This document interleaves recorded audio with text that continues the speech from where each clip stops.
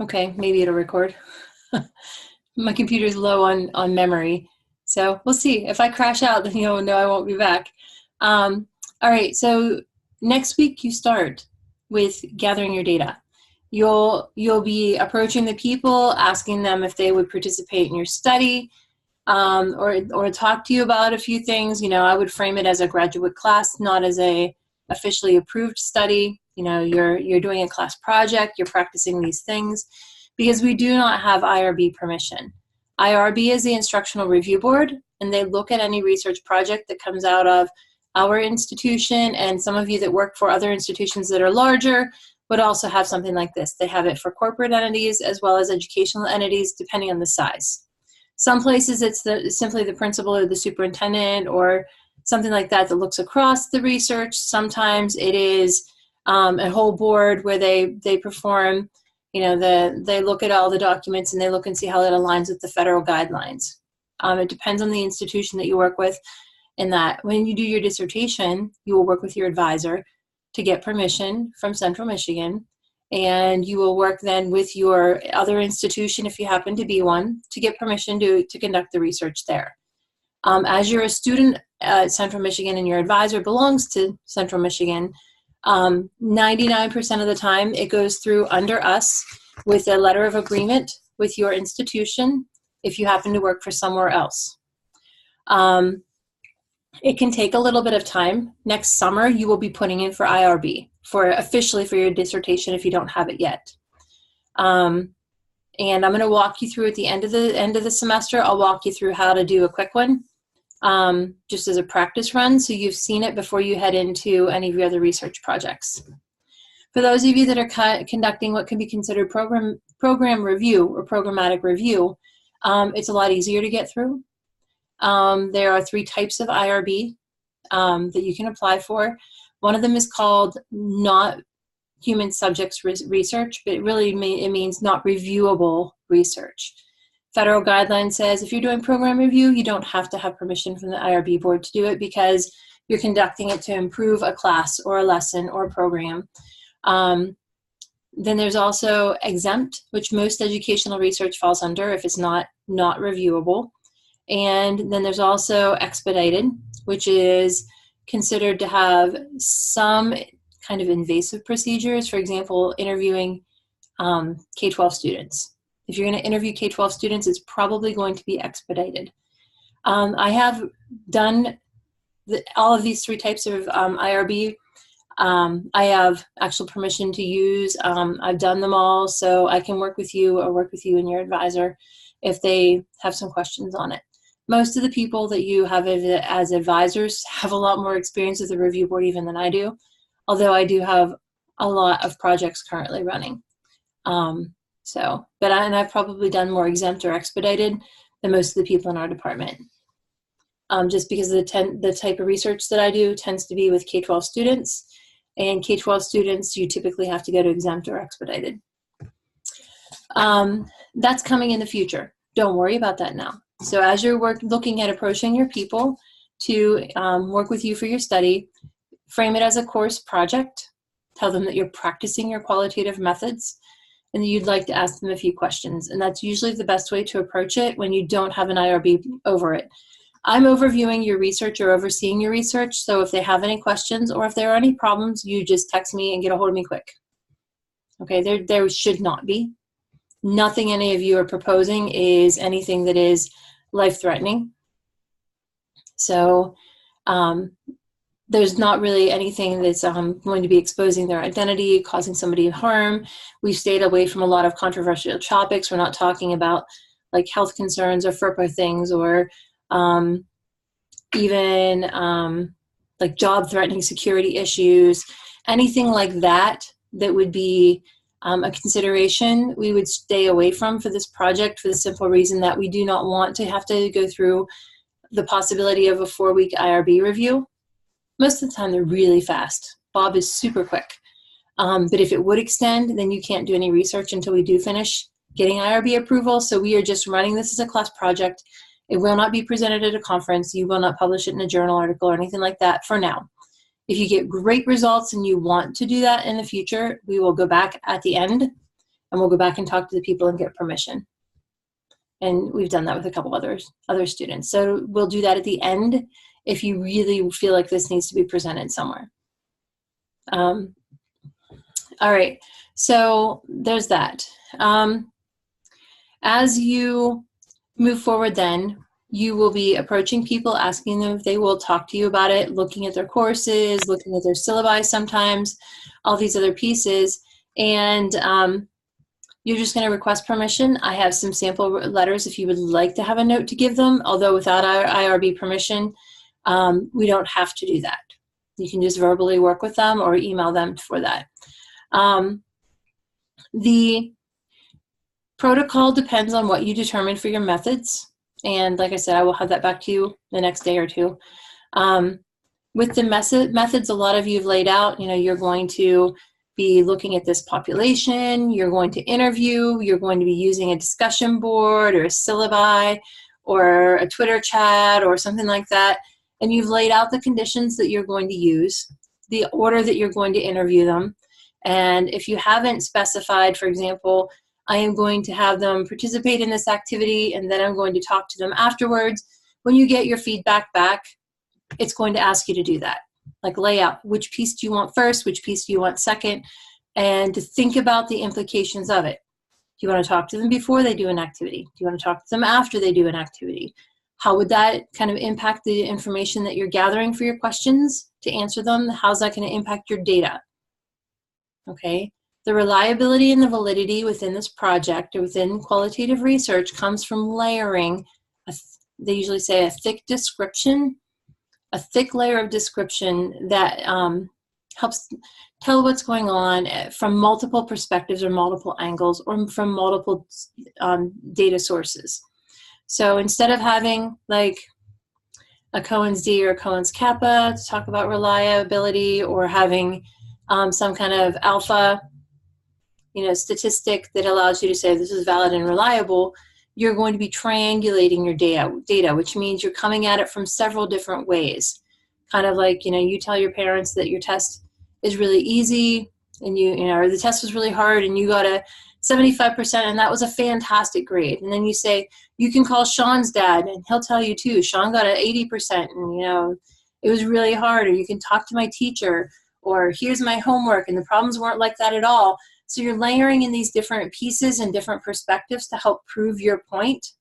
And that's what we'll be doing with this. You'll be looking at an interview or a discussion that you observed or a document that you found that had some language about it, to look at it from multiple perspectives and kind of tell your story that way. So to help you out with this a little bit today, I was going to have you looking at vNote. vNote is a piece of software that I had struggled with. I have some links for YouTube, some playlists and things like that. It is free. You can use it. You are able to access it. There's no cost. You can use it on the iPad, on your phone, or on the computer. It's only when you start to share the data, more than 30 minutes shared between people, that you start to have to pay for storage. But you can use 30-minute clips. You can use, 2 15-minute clips, under 30 minutes total, and share them with anybody for free. So that is there. You don't have to use that though. What vNote allows you to do is to transcribe and decode your data in the same window. I urge you to explore it and look at it. You also have NVivo available through the university, through the virtual lab. You will need a VPN to do that with. Depending on the computer that you have, you may or may not have some difficulty with it. It runs really slow for me, so I don't like using it at all. Either one of those are pieces of software that can help you transcribe your video. You can also, there's also InkScribe, which is a pretty cheap solution, or you can use a Word document or an Excel spreadsheet. I've seen it used for all of those different products for people that are doing their dissertation. And you can use any of those equally well to do so. So you have to watch your video or listen to your voice recording, and you write out the words that they have said. I like using video because I like to look at gestures. And what I found is a lot of times, especially when we're talking about technology, that people will say, you know, here's their tablet, which is just a piece of my mail here, but they'll be like, okay, so how did you manage to accomplish that task? And while they're talking to you, the kids will pick up their phone and they'll show it to you, and they'll be like poking at the apps and saying, well, you do this and you do this and you click here, or they'll be looking at it and, you know, bringing up a couple different pieces that they've strung together to do things. And the questions that I'm asking them, that's the kind of thing that I want to be able to see as the gestures. Sometimes you don't care about that. Sometimes you simply want to know what they said. Then video recording isn't necessary. Audio recording is plenty fine, or you can take lots of notes. Note-taking is a problem in that if somebody talks fast, or if you get involved in the conversation, you lose pieces. And part of the use of qualitative methods for most of the time is the fact that you're able to include transcripts or excerpts of conversations. And without knowing exactly what they're saying, if you've paraphrased in your notes, you really can't go back and use that as a word-for-word transcript or word-for-word quote without having the real piece there. I recommend that you record, even if you're using a cassette recorder and sitting there. You can use your phone, you can use an iPad, you can use your computer to even have an audio transcript of what you have said, what the people have talked about. It takes a lot of pressure off of you as the interviewer and the transcriber to keep track of it. I can't force you to do that. I can recommend really strongly, but I can't force you to do that. So there are some people that will not allow you to record them, and that's fine too. You can just do the best you can. For your project, I want 15 minutes transcribed. I do not care if it is 15 straight minutes or if it is 15 minutes of chunks of conversation. So for example, if I were interviewing you, you might talk for 15 minutes about 2 of the questions, and I might want word for word everything you've said because it's all really relevant to my project. If I'm watching a classroom, like I'm going to show you an example in a moment here. If I'm watching a video and kids are in the classroom working on something, I might have 15 minutes of them talking about farts. Seriously, I have a piece of video that I thought they were so engaged in this really rich conversation. Oh no. About their dog and the problem it's having because it eats whatever in the yard and that's what it's doing. Okay, so I don't want to transcribe that. I'm not going to do that. I'm not going to pay for it. I'm not going to do it myself. So I'm going to skip that whole piece and I'll do it, and start back in when they start talking about the science that is going on in the learning and the conversation and how they're looking at the environment and building their bugs or whatever. So you're able to do that. You're able to only pick the pieces that make sense for it. Some people say that this is cherry picking their data, just picking out the good pieces. What I say is you are looking for critical events. Jordan and Henderson have a piece of literature that talks about interaction analysis, and one of the things that they talk about in there is looking for these critical events, places where there's meaning making happening, or sense making occurring, or aha moments where the students are looking at phenomenon and things like that. So instead of saying you're cherry picking it, you are looking for these critical events, you're identifying them, then you'll transcribe them, and then you'll use them for analysis. So that's one way to talk about it, to circumnavigate people saying it's just fluffy stuff, or you're just only picking out the good pieces for it. Because I recommend that you also pick out the places where they don't have a whole lot, they're talking and it's just conversation. And you go through that. You just didn't see any critical events that were answering your questions or meeting some of your codes. All right. You'll do the same thing with your, let's say you're looking at an online discussion board. You read through the discussion board and you look for the pieces that are important to you, the ones that answer your question, the ones that are identified as providing evidence or data for you to answer these questions that you've proposed. You would also look at sorry, an interview question, they're more targeted. So you won't necessarily have big chunks that you're omitting, but maybe you're only using 3 of the 5 questions that you asked. to answer the question for this paper, because the other ones really went off topic. They didn't answer your question. They really didn't give you the good guts that you were looking for. You, had to navigate them around to answering or providing that. And you would use only the pieces that are imperative to providing your evidence within the interview as a part of this. That's how, when you get to your actual dissertation, you're going to collect data, I recommend anyway, one time, one big research project where you maybe interview and get some documents and do this and have some observation. And then you have 3 research questions. And then basically you'll take that one data set and you'll write 3 papers. One for each of your research questions, or one for each of your sets of research questions. But you only really collect your data one time to write this. You can write a long traditional dissertation. I do not recommend it, but you can. You can talk to your advisor about it.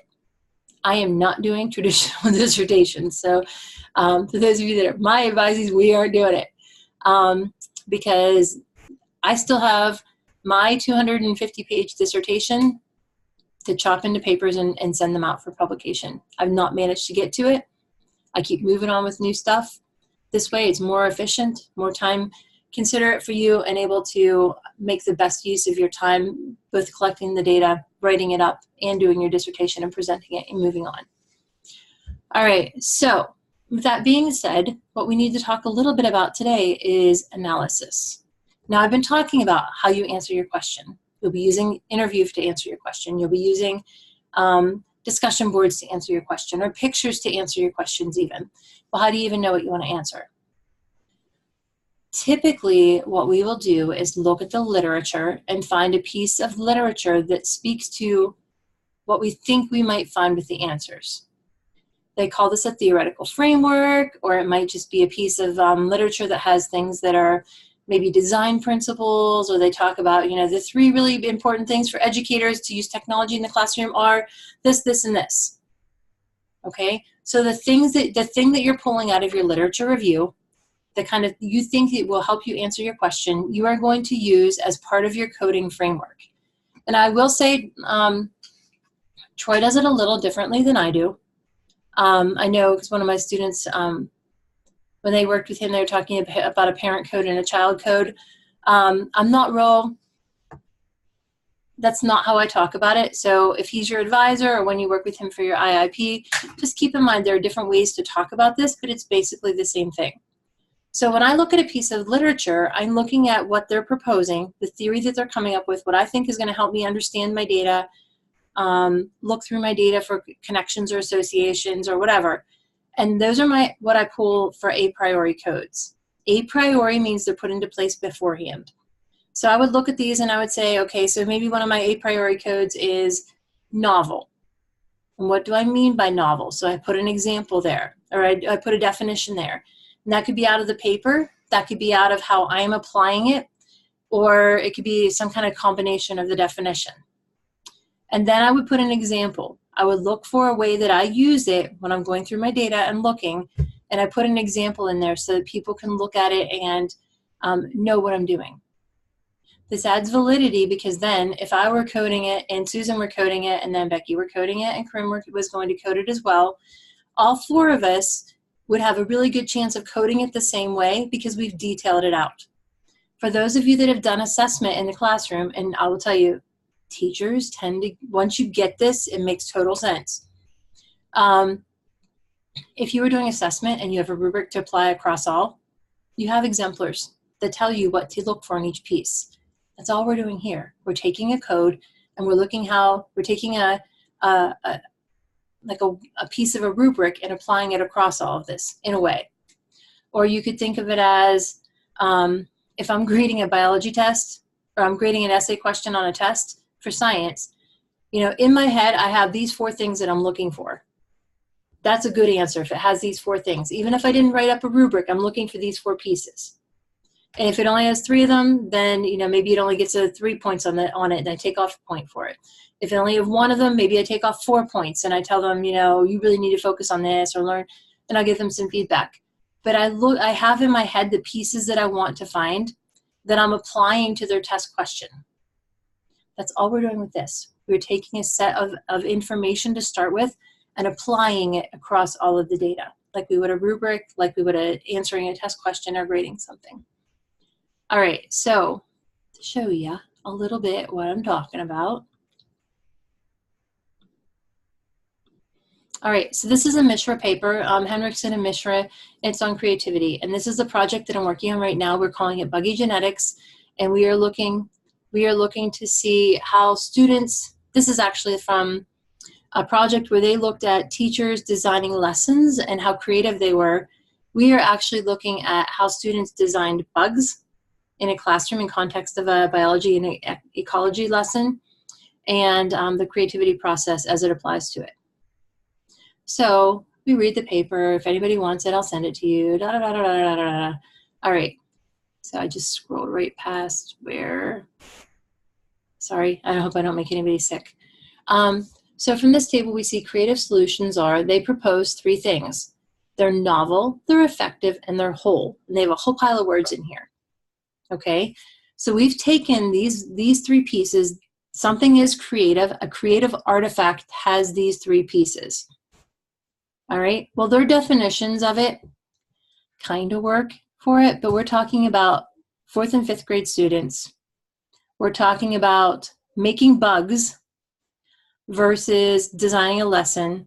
So we had to kind of craft it a little bit more than this. So we took this, and I'm scrolling the whole way to the end of the paper here.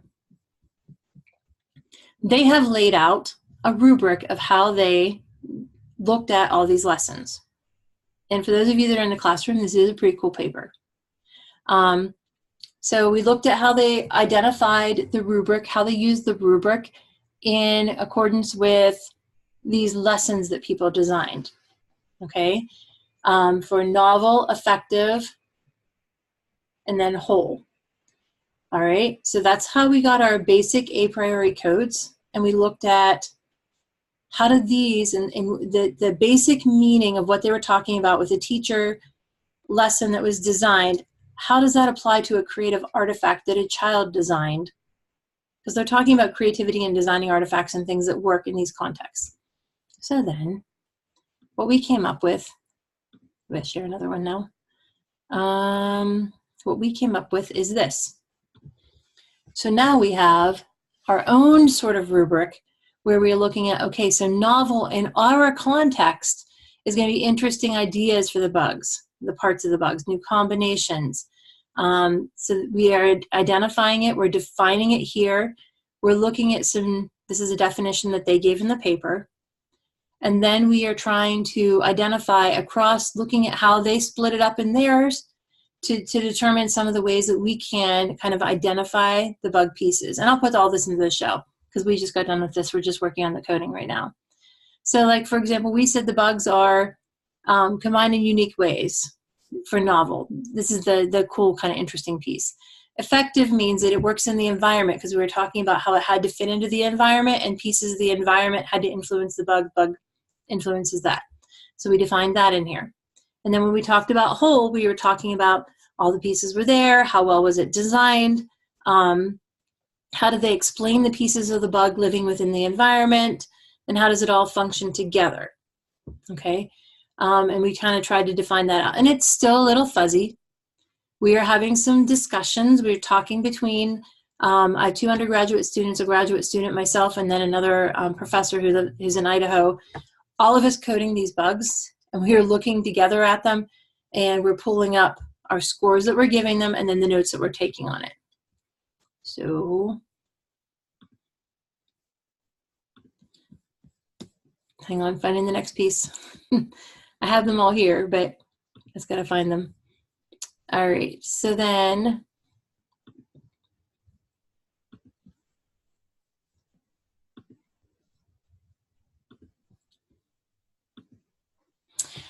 all right, so then we went in and we created spreadsheets, and we are quantifying qualitative data by looking at it from this rubric type of way to look at it.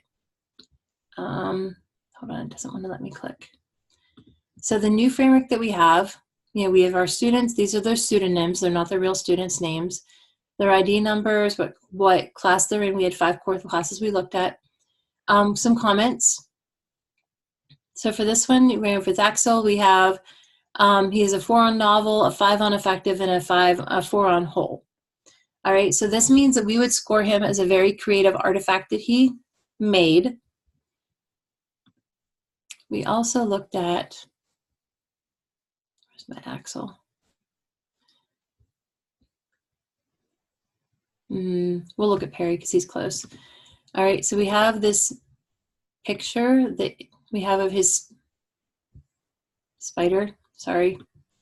So this is the spider that he created, and he has a whole kinds of stories that go along with it in that. And so we also scored it on some other factors that we thought that the new framework did not give us enough information on, like how it was created, whimsy, like was it creative in that how they put the pieces together, or was it really imaginative? So we were looking at some other qualities for it. And what it comes back to then is that he does a good job of describing this. And where's he at? Sorry.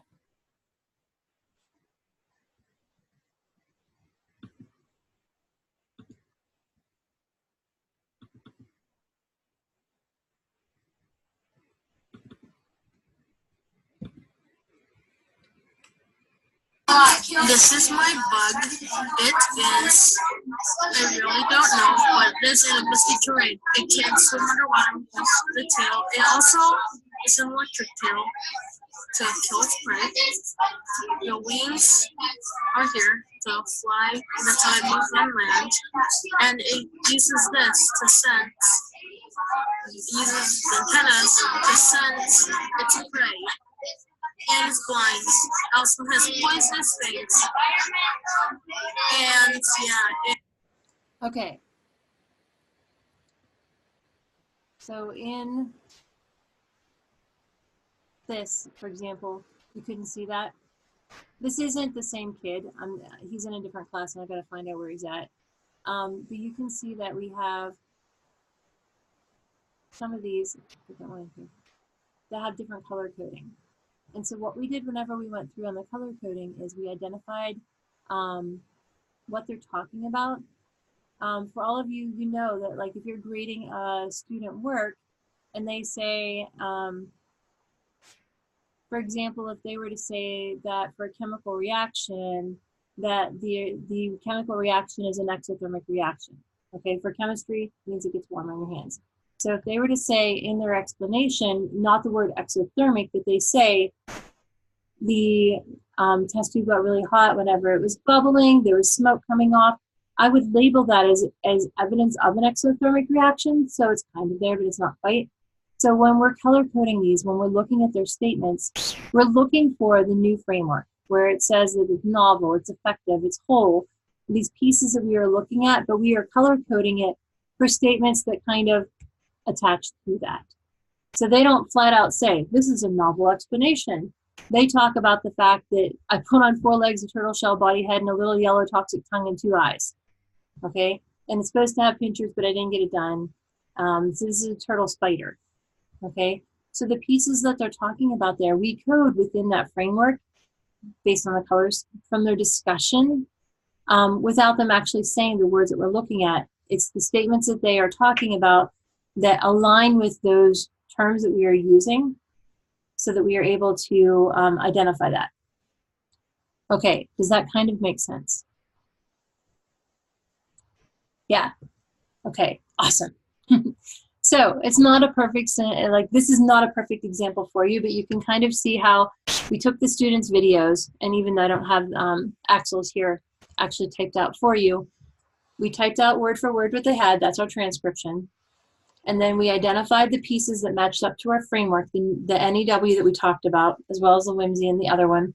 And then we scored their bug based on that rubric. We identified the pieces within their conversation that talks about these NEW pieces. And then we'll actually look at their planning paper.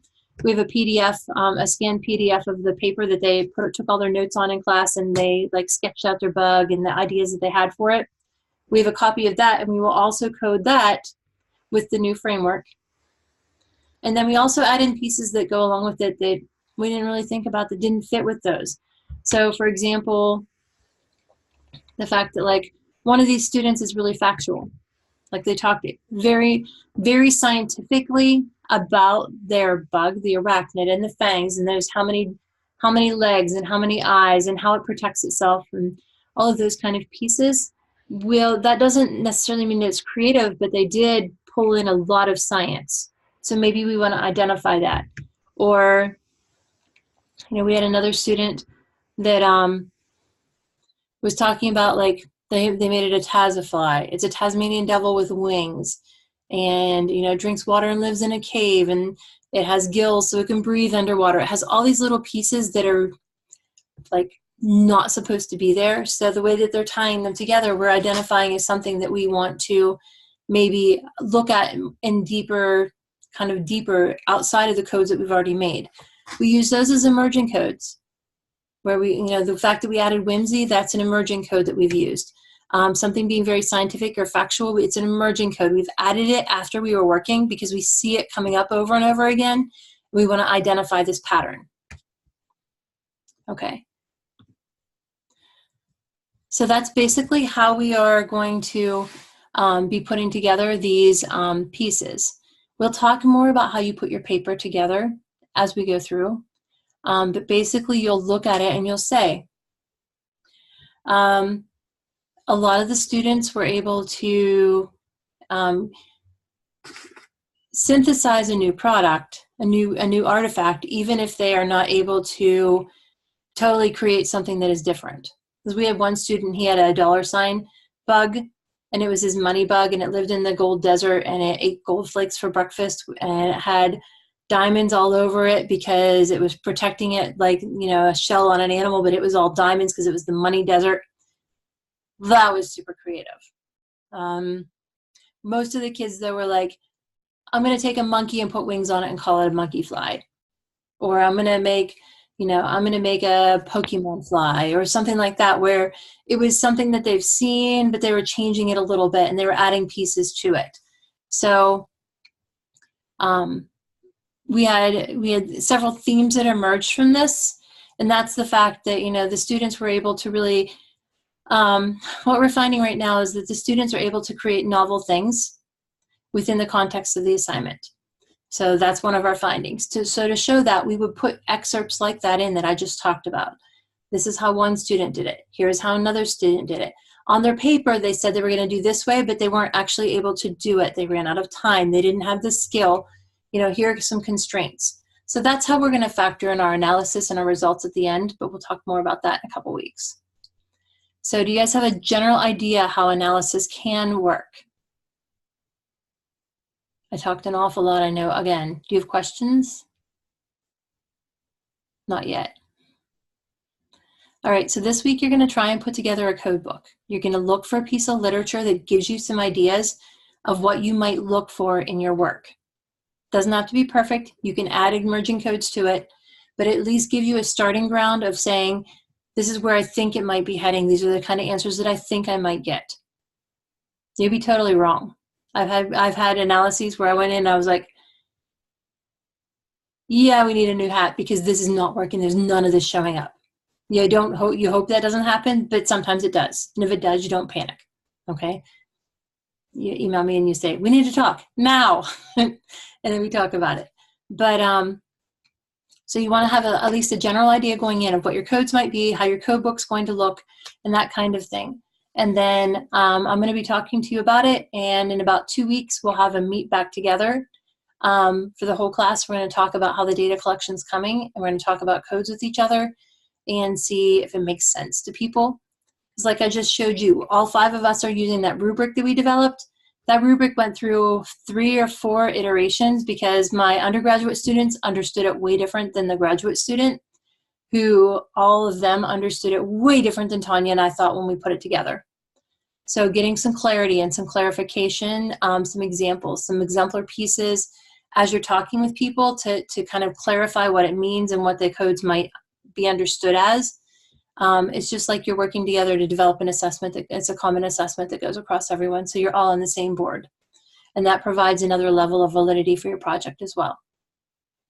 So we'll be looking at that in 2 or 3 weeks. I don't remember what the date is exactly, but I'll send out an email on it.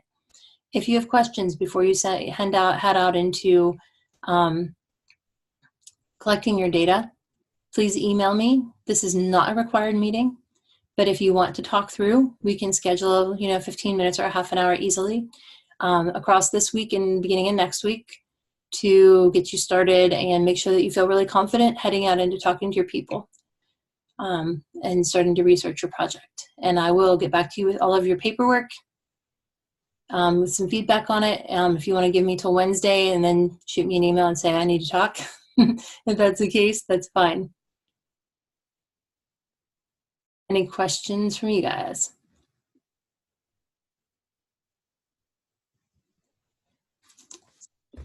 I think I just have some specific questions to my own project, so I can, if it's okay, I'll hang back until. Yeah, that's fine. Any questions? That's fine. Corinne or Susan or 1-301-547-1153. I'm not sure who that is. This is John Golden. I'm stuck in DC traffic. Apologize. Not a problem. Not a problem. I was stuck in traffic last night, so I hear you. Do you guys have questions or any other comments about it? I'll have the video posted as soon as it processes. Just like a clarification, the focus assignment number 2 that we just completed, is that kind of like the precursor to the code book? Perfect. Yes. Okay. Exactly. Just want to make sure I'm perfect. I want you to look at your questions, how you might answer it, and then how the literature kind of speaks to that. And then the next step is to develop your code book. So that was a great extrapolation of the process that I'm hoping you go through. Perfect. Great. That's the only thing I really had. So as long as I'm thinking correctly, I am good. As far as I can tell, you're thinking correctly. That's awesome. All right. Well, then I'll sign off so Becky can get a question answered. Thanks. No problem. Have a great night. Bye. John or Susan, do you have questions? No, not really. I'm anxious to just contact my people again and have those conversations. I plan to use a Zoom conversation with, is that fine? Yeah. Yeah. And you can record it. If they don't want you to record the video piece, it'll drop out the audio for you. So you can just keep a hold of that piece, or you can just tell them you'll do the video and then throw it away when they're done. Okay. I'm going to ask them to record their class too. Is that a problem? Nope. Okay. Good. Even though there's no permissions anywhere? No, because we're only using it for a class project. It's not going to be shared beyond the class. And people take their classes all the time for lesson improvement. Okay. So one of the documents we turned in yesterday talked about encrypted this, locked drawer, that sort of thing. So are those things to keep in mind for the dissertation, or is it for now? No, not for now. Okay. For now, you don't want to have somebody talking about how they cheat on an exam and like have it laying out where another professor could get a hold of it, if that's the case you're looking at.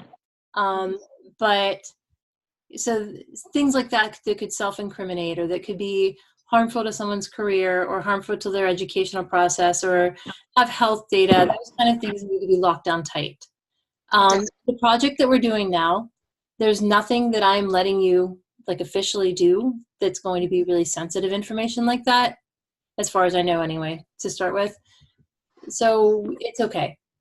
We're not asking for permission. This is a class project. It is not an official research study. It is practicing. So I'm talking to some former students who are now working in different places. And what if they actually say things that are incriminating against their supervisors and that sort of thing? You're not telling me. What, pardon? You're not going back to the supervisors.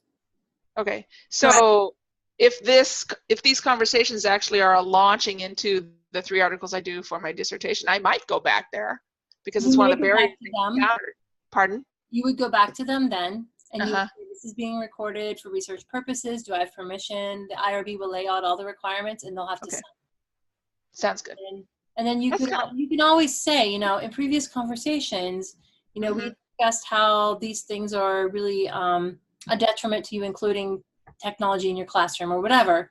And that's fine, because they could talk to you as a mentor, as an advisor, as a previous advisor. All of that kind of stuff is not privileged conversation. Okay.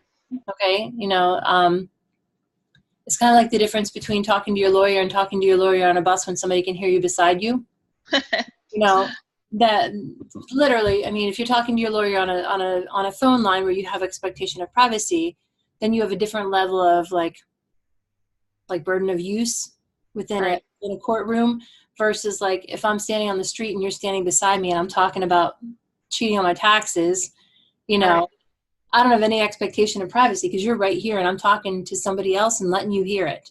Okay. So it's kind of the same thing with that. If you feel better keeping it under lock and key, I mean, I don't want you to put it on YouTube publicly, but if you feel like it might be an issue, then yeah, keep it in a password protected drive or something like that. That's the safe way to do it. But for right now, I'm not going to be asking you about it or checking you. It's just so you know these precautions need to be taken in the future. Okay, great. Yeah. Thank you. Not a problem. Have a good night. You too. Thanks.